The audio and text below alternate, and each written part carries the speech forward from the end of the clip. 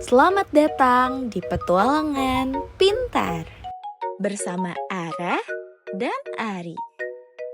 Pada Petualangan Pintar kali ini kita akan membahas 3 bagian. Yang pertama, profil anak dengan kesulitan belajar. Yang kedua, penyebab anak dengan kesulitan belajar. Dan yang terakhir, klasifikasi dan karakteristik anak dengan kesulitan belajar.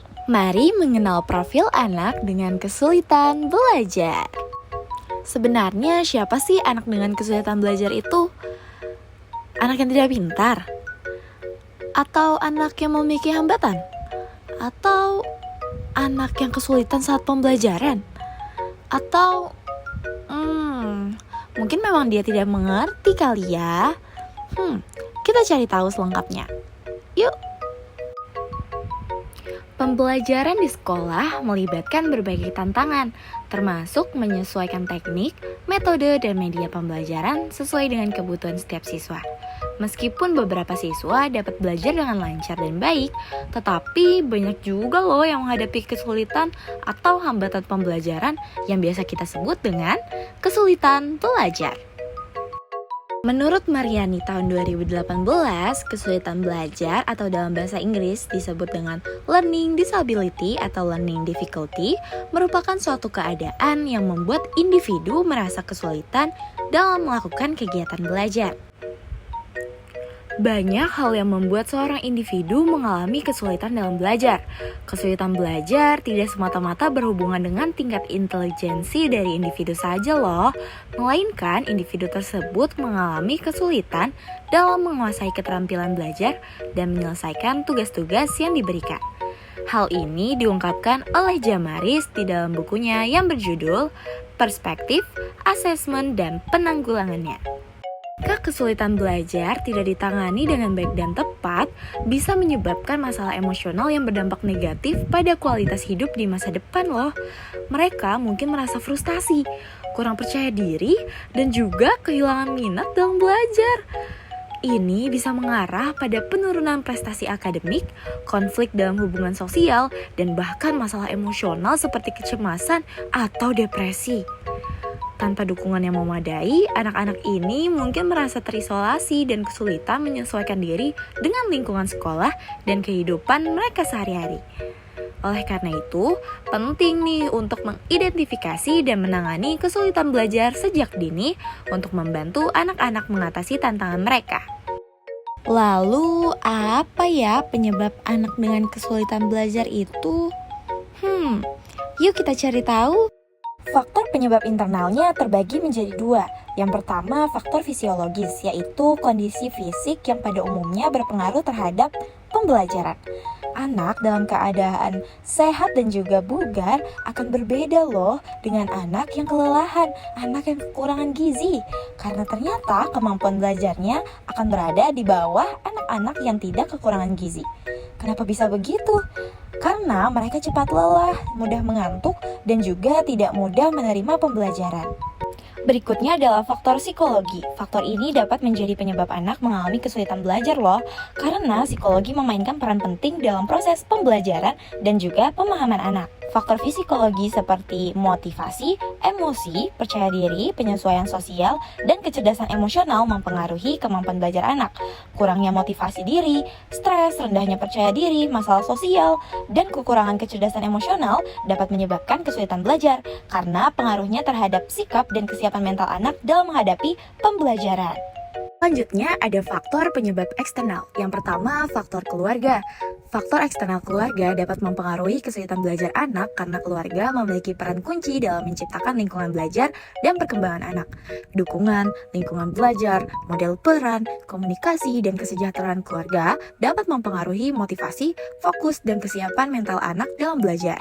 Memperhatikan faktor eksternal keluarga ini penting loh karena mereka dapat memberikan wawasan tentang bagaimana memberikan dukungan yang tepat dan menciptakan lingkungan yang kondusif bagi perkembangan dan pembelajaran anak.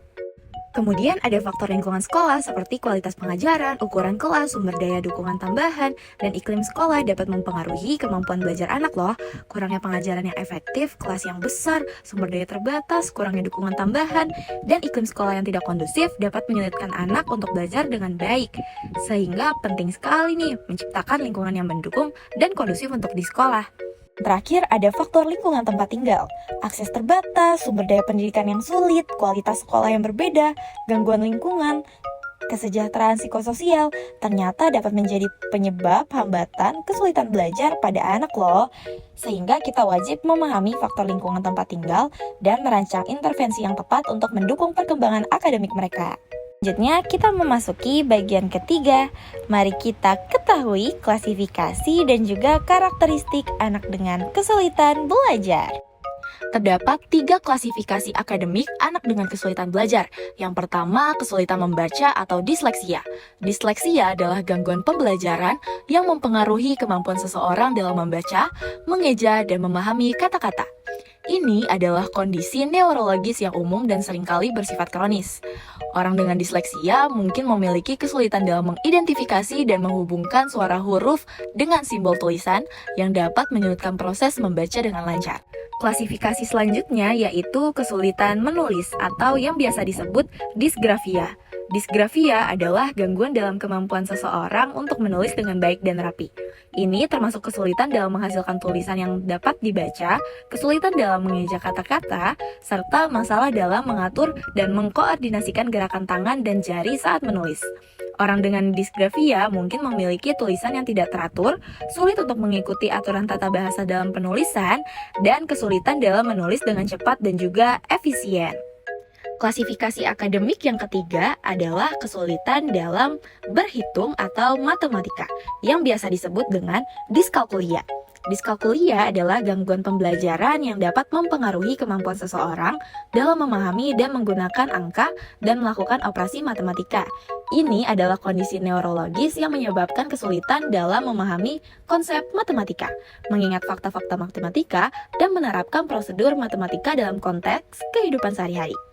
Individu dengan diskalkulia mungkin mengalami kesulitan dalam mengingat urutan angka, menghitung dengan cepat, memahami simbol matematika, serta memahami konsep dasar seperti penjumlahan, pengurangan, perkalian, dan juga pembagian. Gangguan ini tidak disebabkan oleh masalah kecerdasan, tetapi merupakan hasil dari perbedaan dalam cara kerja otak memproses informasi matematika. Selanjutnya, kita akan membahas karakteristik anak dengan kesulitan belajar. Yang pertama, ada masalah persepsi dan koordinasi. Yang kedua, gangguan perhatian dan hiperaktif. Yang ketiga, mengalami gangguan dalam masalah mengingat dan berpikir. Karakteristik anak dengan kesulitan belajar ini dapat mencakup kesulitan dalam membedakan huruf atau kata-kata yang mirip bentuknya dan bunyinya. Kemudian, gangguan dalam keterampilan motorik halus seperti menulis atau keterampilan motorik kasar seperti melompat dan juga menendang bola. Karakteristik selanjutnya ada kurang mampu menyesuaikan diri, kemudian menunjukkan gejala siswa pasif, kemudian pencapaian hasil belajar yang rendah. Dapat mencakup kesulitan dalam menanggapi perubahan atau tantangan baru dalam lingkungan belajar, kemudian kurangnya kemampuan untuk beradaptasi dengan tuntutan akademik atau sosial di lingkungan sekolah. Yang ketiga, cenderung menarik diri dari interaksi sosial atau kegiatan belajar, mungkin karena merasa tidak mampu atau takut gagal. Nah, dalam rangka membantu anak-anak dengan karakteristik ini, penting sekali loh untuk memberikan dukungan dan bimbingan yang tepat serta menciptakan lingkungan yang mendukung dan juga inklusif di sekolah dan di rumah. Wah, ternyata banyak juga ya karakteristik yang dapat terlihat dari anak dengan kesulitan belajar. Sayang sekali petualangan pintar kali ini sudah berakhir. Kesimpulannya, kesulitan belajar ialah suatu keadaan di mana siswa tidak dapat menyerap pelajaran dengan sebagaimana mestinya. Faktor yang mempengaruhi kesulitan belajar terdiri dari faktor internal dan faktor eksternal. Faktor internal yang berasal dari dalam diri peserta didik, sedangkan faktor eksternal berasal dari luar peserta didik. Kemudian jenis kesulitan belajar diantaranya adalah disleksia, yaitu kesulitan membaca, kemudian disgrafia, kesulitan menulis, dan diskalkulia, yaitu kesulitan berhitung. Sampai jumpa di petualangan pintar bersama Ara dan Ari. Dadah!